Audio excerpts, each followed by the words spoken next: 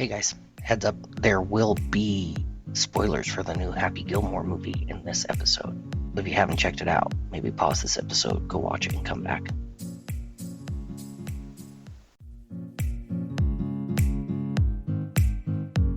Welcome to Current Chatter, the place where we dive into the latest news and happenings going on around the world.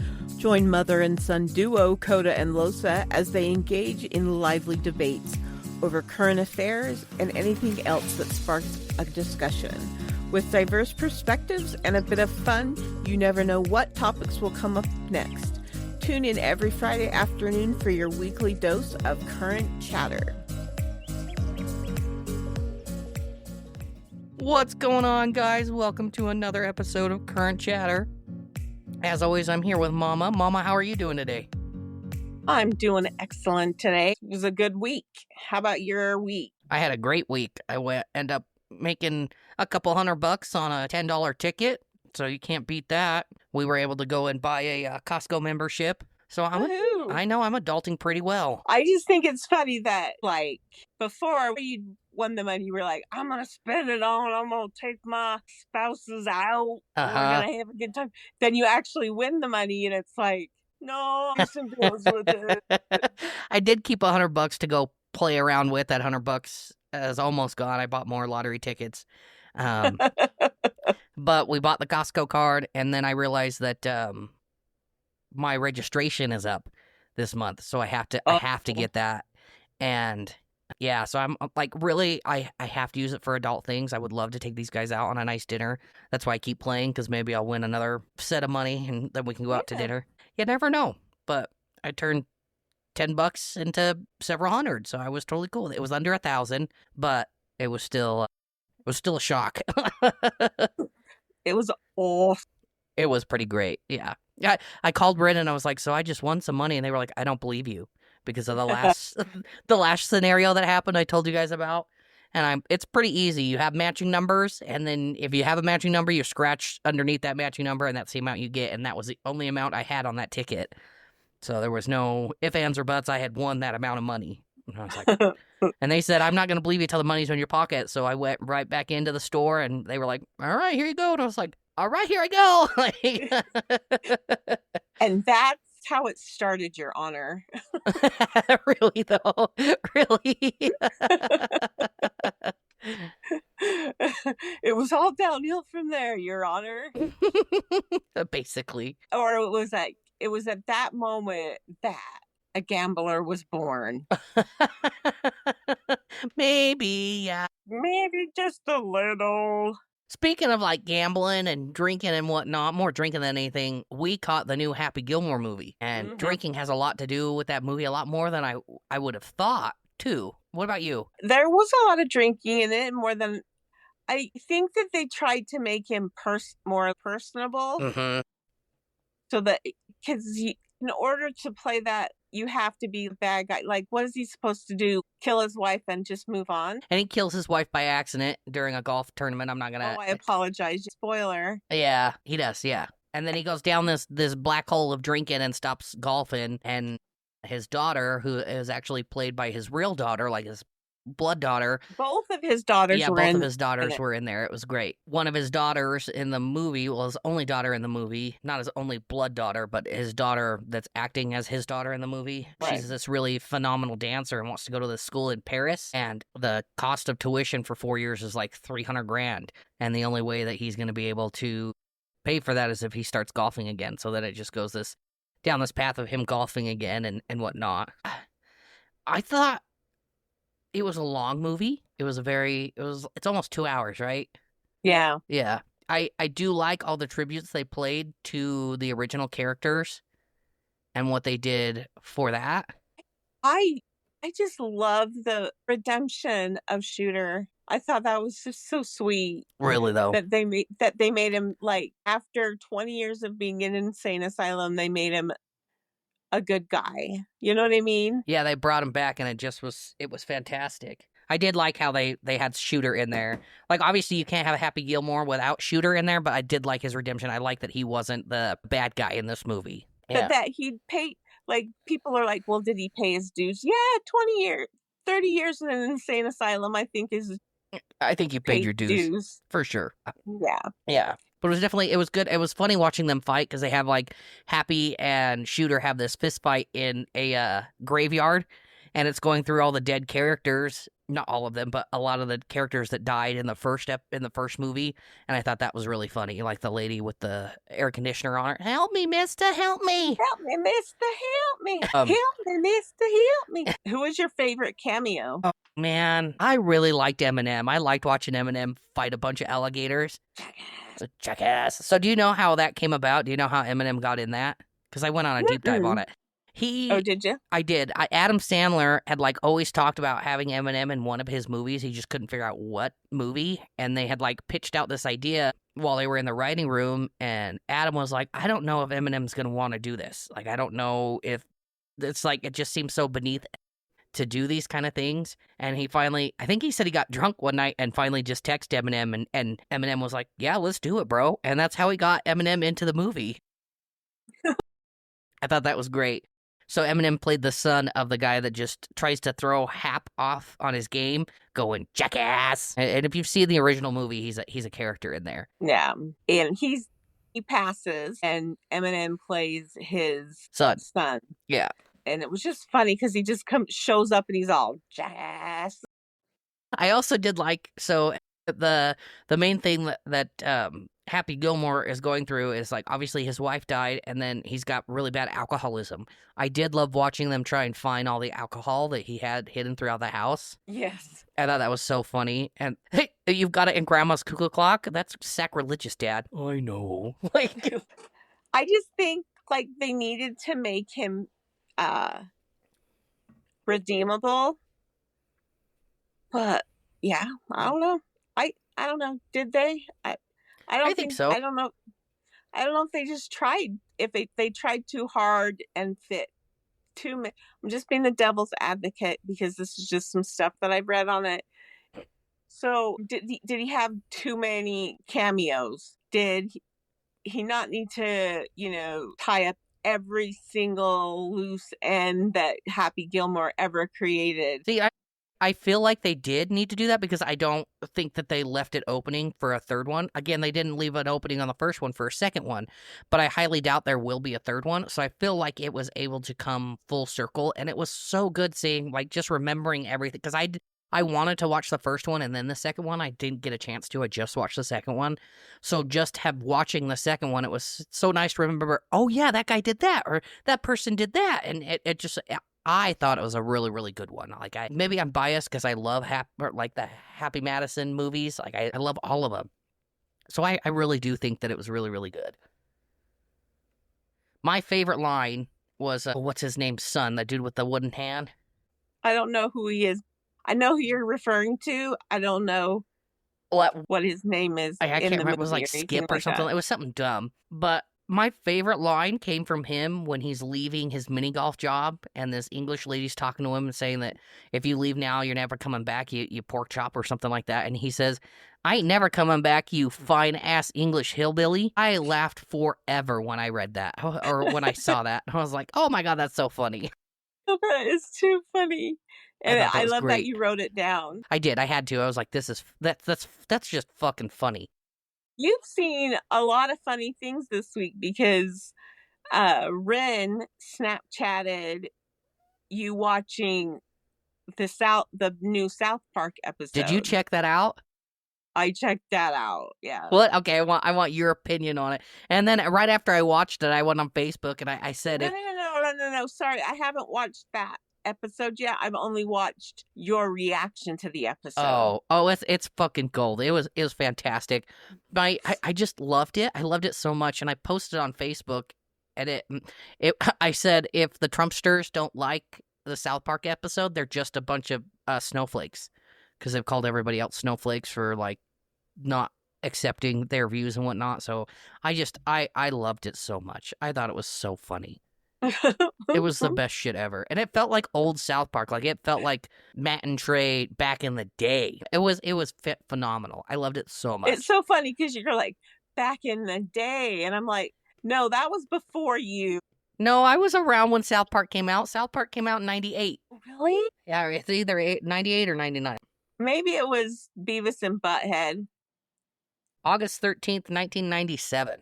When did the first episode of Beavis and Butthead come out? March 8th, 1993. So yeah, Beavis and Butthead was just before my time. Okay, there you go. But yeah, South Park. Yeah, I've always loved South Park. Even when you were little and I refused to let you guys watch it, your dad would sneak it in there when I wasn't watching. He would. It was great. That's probably where my awful sense of humor came from. It has to be. It can't be from me. I have, like, good taste. Okay, so speaking of awful sense of humor, this week was a fucking gold mine for news stories. And I can't wait to tell you all these news stories, Mom. So the first one I got for you is, let me pull it up. Serial butt sniffer arrested again in Burbank. Again? He was arrested originally in 2023 after a viral video caught him in the act. A man who's been arrested multiple times for sniffing women's rear ends while in public was arrested again this week for the same crime. Okay, that's a problem. At this point, that's a problem with this, like, he needs to be in jail. But, like, what do you, like, put him in jail for? Like, I sniff girls' butt? Well, let's see what they put him in jail for. His last name's Crowler, 38, was arrested Tuesday by officers from the Burbank Police Department at a Walmart located in Empire Center Shopping Center on Victory Place. Police had originally responded to a nearby Nordstrom rack in the same shopping center for a report of a suspicious man lingering in the women's department. When officers arrived on the scene, they were informed that the suspect had already left the department store, but he was located a short while later at the Walmart across the parking lot. Officers used the store security camera systems to follow the man as he moved around various departments and observed him following women customers into the women's department. Officers observed the man as he crouched behind the women and engaged in lewd behavior by inappropriately sniffing their buttocks. Police confronted the man and eventually detained him. It was later revealed that he was Crowler, a resident of Glendale and registered sex offender. Crowler is currently on active parole and has a documented history of similar arrests for similar crimes. So that just turns dark, like that he continues to do this and he does not get the correct punishment. He's made national headlines in August of 2023 for committing the same act on women at a Barnes & Noble store in Burbank, which caught on video and led to a viral TikTok post. He was identified as the subject in several prowling crimes and was arrested that same month on allegations that he was peeping into occupied homes of a family in Glendale. He was eventually... That just begs the question, how many times does somebody need to be arrested, Dakota? No, for sure. Like, how do you... I don't know. I don't know what the right answer to this is. Like, our jails are already so full. Like, do we want to fill them up with butt sniffers too? It's a weird... I don't... That's a tough one, because he needs to be punished somehow. Oh, absolutely. But the punishment he's gotten so far has not been sufficient. Well, it says here he was eventually released from custody for those crimes due to jail overcrowding issue, but was rearrested after he failed to register with local police. It's psychotic. It's like, how many times... Like, here's the thing. 100 years ago, this guy would have been shot. I mean, if he sniffs the wrong ass, he's gonna get shot. Like, it just takes one motherfucker to be like, what the fuck are you doing, bro? Like, living in the Old West. Do you know what I mean? Yeah. Like, you sniff the wrong person's butt, everybody's armed. You're gonna get your butt shot. Oh, yeah, for sure. Now, it's like, just, send him on his way. Well... They did, like, have him in jail, and then they got him out because of the overcrowding, so I don't think it was like a send him on his way. I think this is a lesser offense than what other people are doing. The murderers, yeah. I mean... So it's like, you got to kind of pick your poisoning. And I'm a male, so maybe I'm the wrong person to ask on this, but I would much rather have a butt sniffer out there than someone that murders. That's just me. Like, if I had to pick someone to run into on the street, I would rather someone sniff my ass. I don't know. You say that until they're sniffing your ass. They'll sniff it once and probably keel over. So maybe he ought to come sniff over here. All right. Another South Carolina. South Carolina reported radioactive wasps near a nuclear factory. Wait, repeat that? Like, there's Radioactive wasps found at South Carolina nuclear factory. Reported what happens on if you get bit by this radioactive wasp? Do you turn into Spider-Man? Wasp Man? Wasp Man. I don't know. Supposedly they've gone in and killed the hive. So it's just this wasp nest that had been built near the radioactive center, like the power plant. It's the power plant where they get the nuclear power to build nuclear weapons. And this Right. wasp nest came in on a Geiger counter at I think it was either 100 or 0.100. I can't remember, but it was radioactive. They don't know if the wasps themselves have radioactivity to them, but the nest they were living in was radioactive. So if you're living in radioactive activity, you're probably radioactive. You know what I'm saying? Yeah. Yeah. So that was a crazy one. That worries me.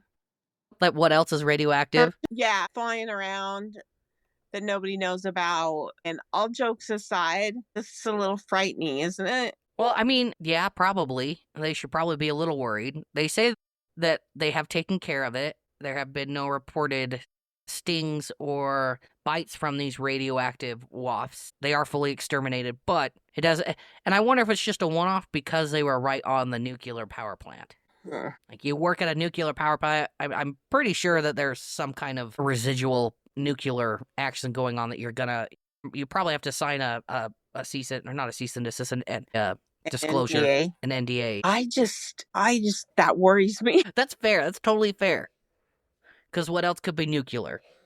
Right? Very worrisome. Very worrisome. It's always the animals that you don't see coming, you know what I mean? Speaking of animals, are you ready for this one? Robot bunnies deployed in Florida to fight off invasive pythons. Robot bunnies to Fight invasive pythons. So it says researchers have found a creative way to track down the snakes. Balmese pythons are one of the world's largest snakes, are also one of the most problematic invasive species in South Florida, first spotted in the Florida Everglades in 1970s. The snakes were introduced either accidentally or intentionally through the exotic pet trade. Since then, pythons have become top predators in the local food ecosystem.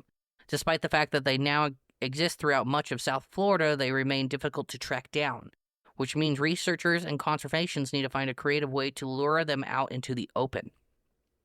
And by creative, we mean really creative. The University of Florida, UF, researchers clearly understood the assignment. A report by the Palm Beach Post, researchers led by UF's professor of wildlife ecology and conservation, Robert McKeely, have released 40 solar-powered, remote-controlled robot bunnies in South Florida this month. The research replaced the plush toy stuffing with motors and heaters to imitate the motions and body temperatures of one of the python's favorite snacks. See, like, if you'd have just read the title and, like, the first paragraph, I would have been like, what that the is fuck? Exactly. Now I'm like, oh no, this makes sense. We want to capture all of the proceeds that an actual rabbit would give off, McKeely explains. Previous research had demonstrated that live penned rabbits successfully attract pythons, but this approach requires too much manpower to care for the animals at scale. Here, robot bunnies. They don't need to be fed, their pens don't need to be cleaned, they're waterproof, and they're decked out in a motion sensor camera that pings researchers if a python approaches. If we can see a strategically significant number of pythons that are coming to investigate these robot rabbits and the pens, that would be a success. Because right now, pythons do a great job at staying hidden. One lead investigator says for the South Florida Water Management. They pay people money. They pay people big money to hunt pythons. Yeah, that's fucking wild. In Florida. Do they really? Yeah. Like, I don't think you can just go. I don't think just anybody can go out and hunt down and like kill them. You have to have some type of training or license of some kind.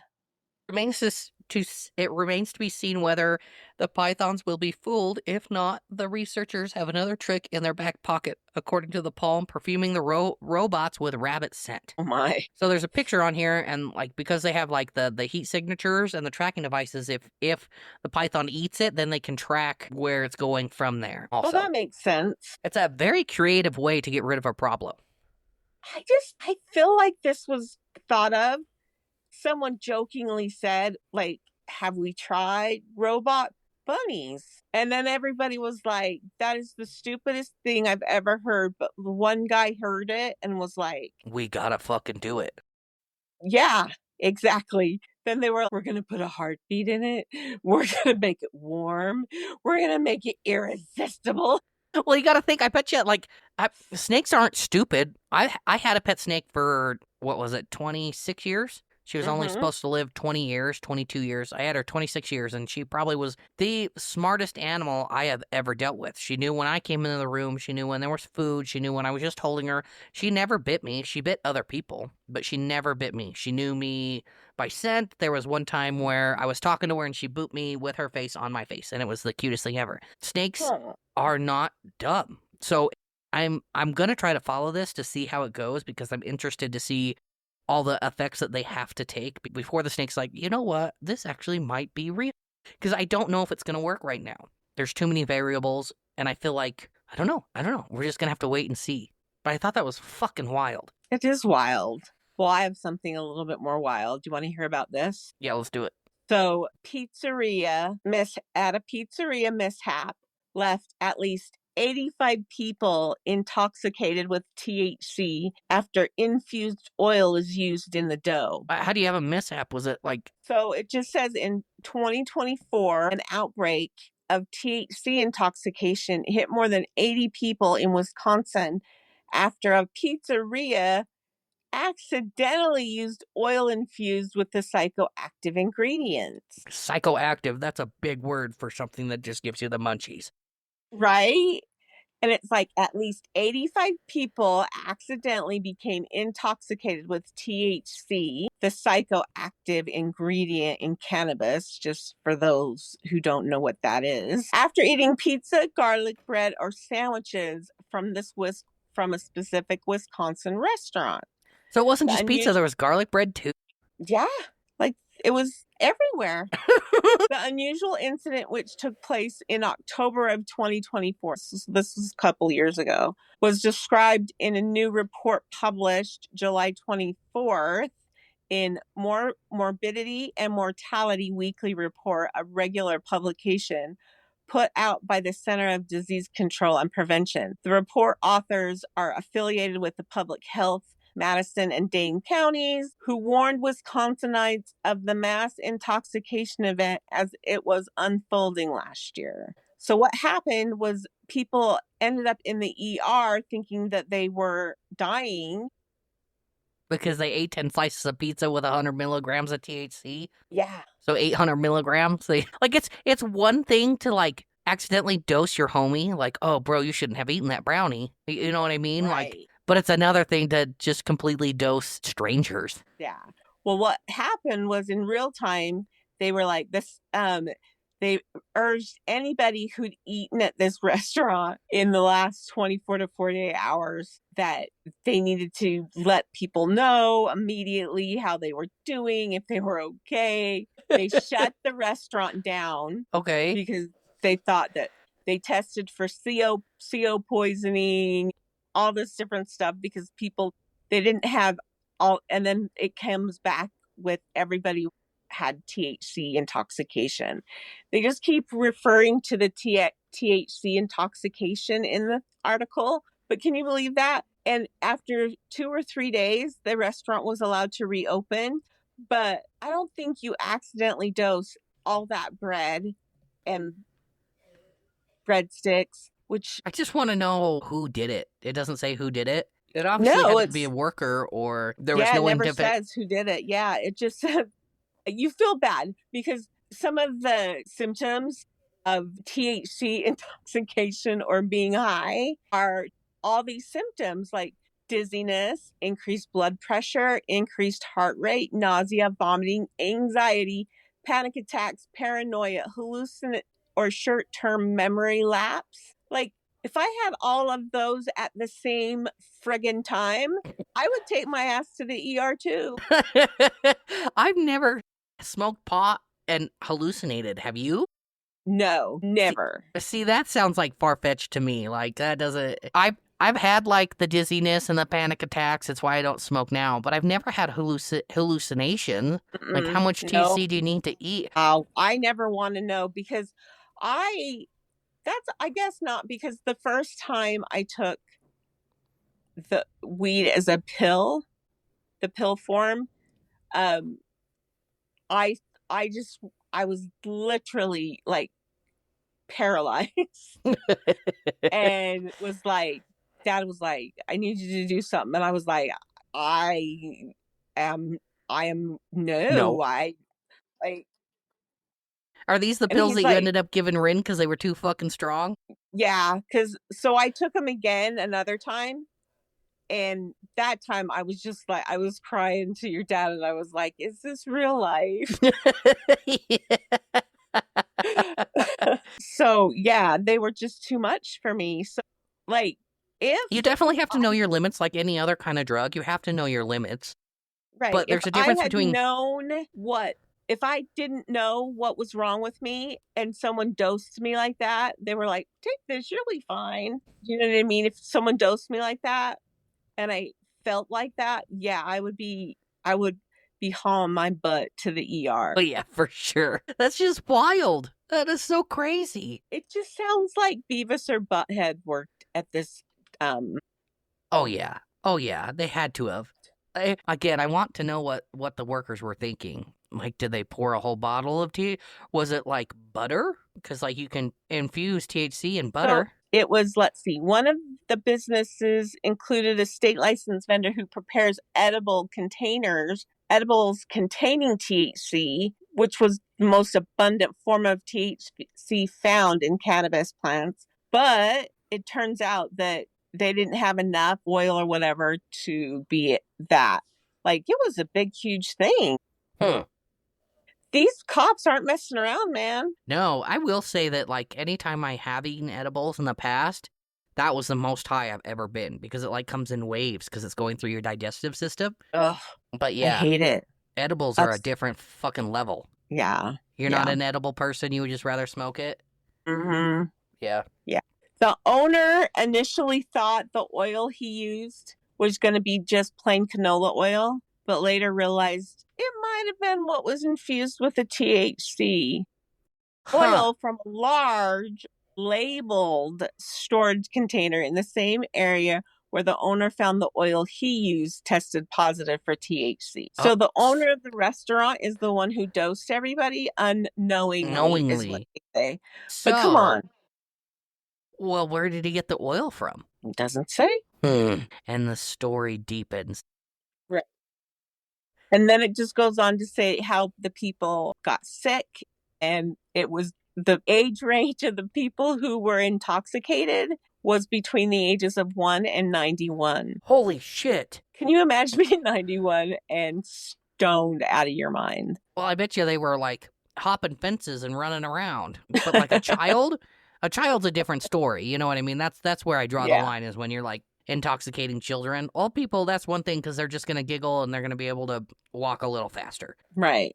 And they say that it was pretty bad, that it could, serious side effects for young children, like young kids oh, yeah, absolutely. Had serious side effects of it. I hope none of those families had like issues with CPS or anything during that time, because your child's going to test positive for THC for so long. Could you imagine? Oh, that would be horrible. But yeah, now I got to worry about my Little Caesars. No, a Little Caesars doesn't have the budget to give you THC. I said it was a pizzeria. Little Caesars is pizza. That's a pizzeria. Pizzeria. Exactly. All right. Do you want to hear about a brain in a box or a baby biting a snake? Golly, let's do the brain in the box. I feel like I should be choosing stuff from like a list of For 100, Bob, I will take Yeah, brains in boxes. they're just my last two stories. I saved the best for last, and I'm glad you picked this one because the next one is even wilder. All right. Family sues after funeral home sends son's brain in unmarked leaking box. They got to put the leaking part in there. That's what they had to do. The remains of Timothy Garlington shipped from Georgia funeral home to another in Pennsylvania. Two funeral homes allegedly gave grieving parents their deceased son's brain in a box, which began to smell, leak into their car, and got on the father's hands when he moved it, according to an updated Why lawsuit. did they keep it?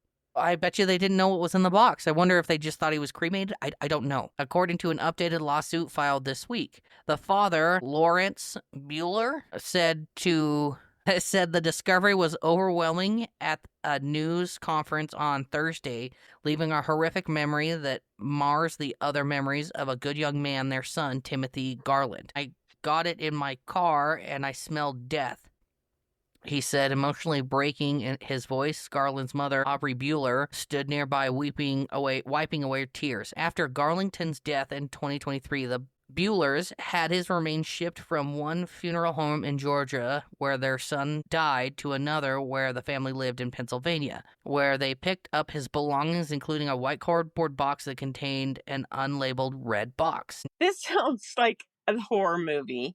Really, though.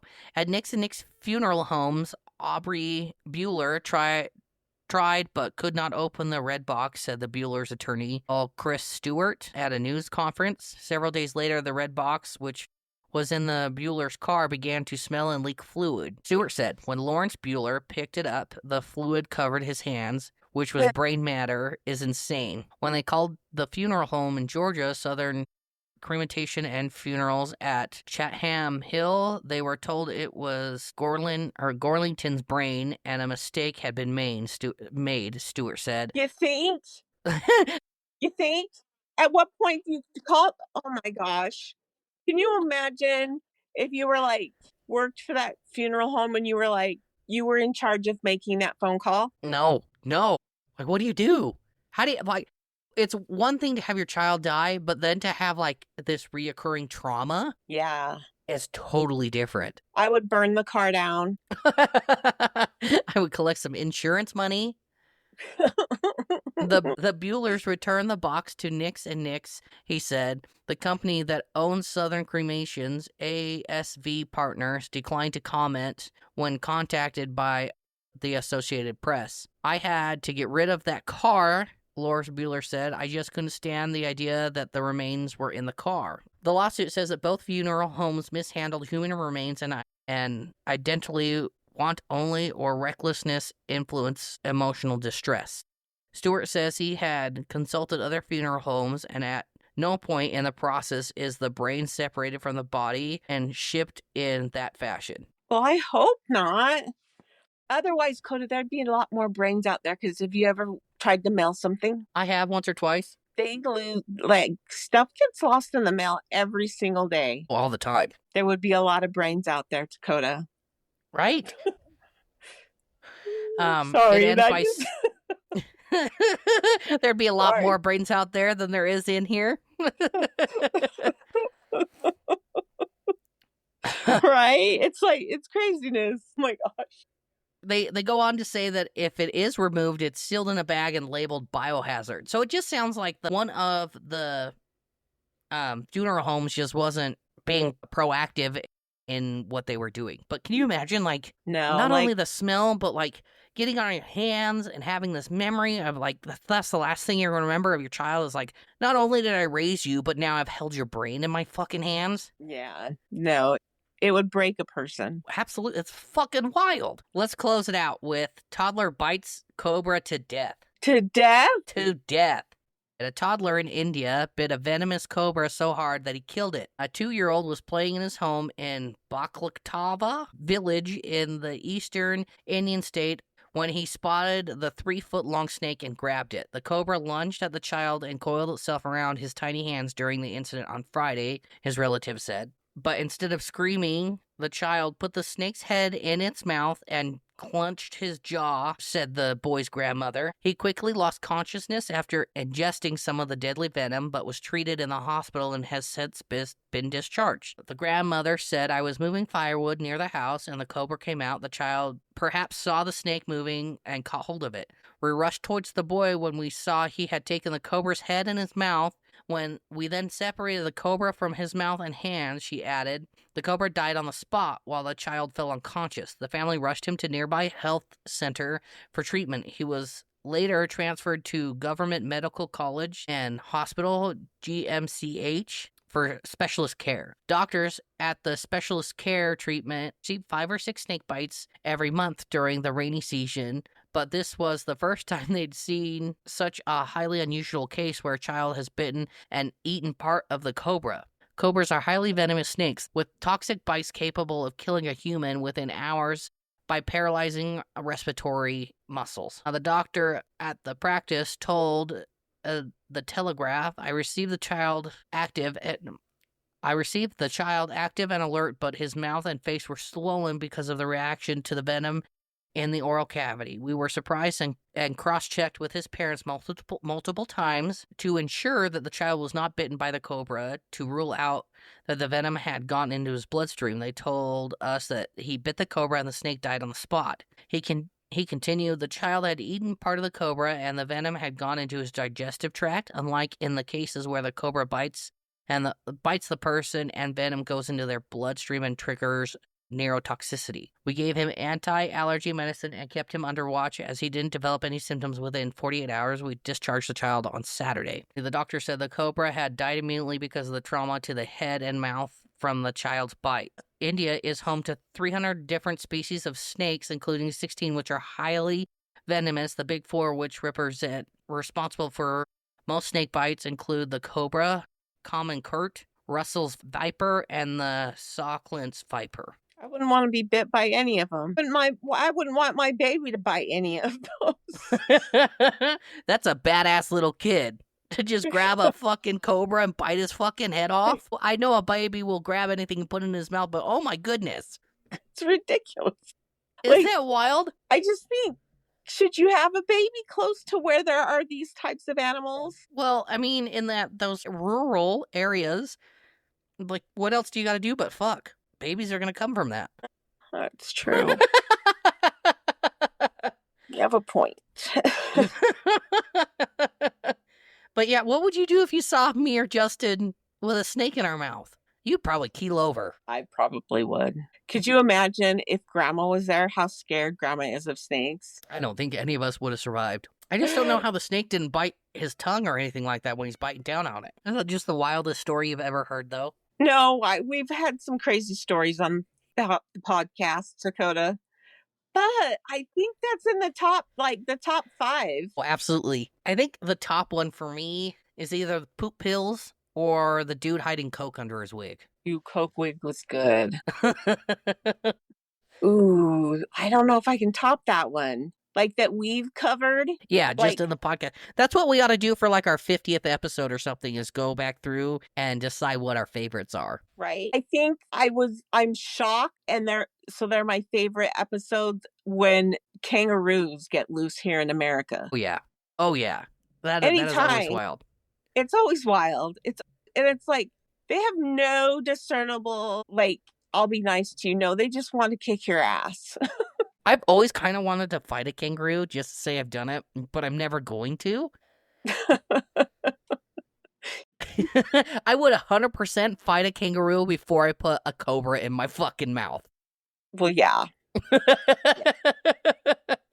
You have a point there as well. Can you see why I couldn't pass up on any of these stories? Like, this week was just a goldmine for stories. Yeah, they were just coming out of the woodwork. All right, Mama, you got anything else for us? I do not. How about you, Dakota? I don't. I'm trying to think of what comes out next that we can catch. I don't know. Have any good documentaries coming out anytime soon? Did you watch the train wreck on the Area 51 train wreck? I haven't yet, but I saw that. Is it good? Just watch it, and then we'll talk about it. So, it's 2 episodes. So you watch that. I'll make notes so that I can talk to you about it. Okay. I also want to check out the train wreck on the poop ship cruise. The poop ship. Yep. Seen that one too. So let me know when you're ready and then I'll rewatch it. Okay. Sounds good. All right. You know what that means? Drink your water and call your therapist. That's right, guys. Have a good one. Love ya. Love y'all. Bye. Bye-bye. That's a little odd, Dakota. Hell yeah, I suck toes.